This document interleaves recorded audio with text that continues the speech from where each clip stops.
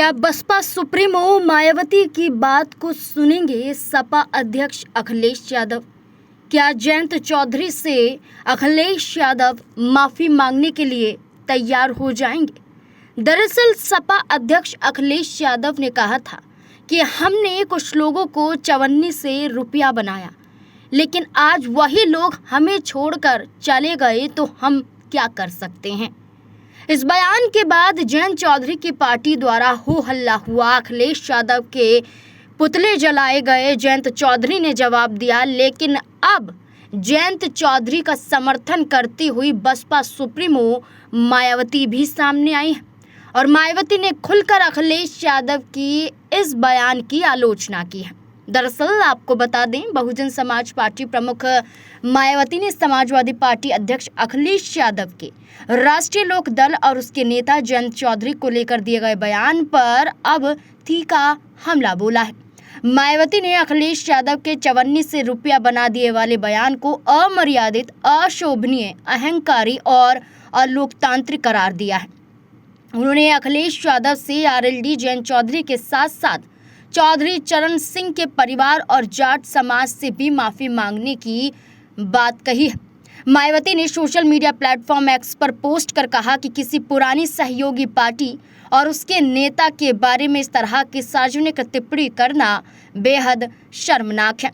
उन्होंने कहा कि इस प्रकार की बयानबाजी के लिए अखिलेश यादव को संबंधित पार्टी और उनके नेता से माफी मांगनी चाहिए। बसपा प्रमुख ने यह भी कहा है कि चौधरी चरण सिंह के परिवार का अपमान होने के कारण पूरे जाट समाज की भावनाओं का भी सम्मान किया जाना चाहिए।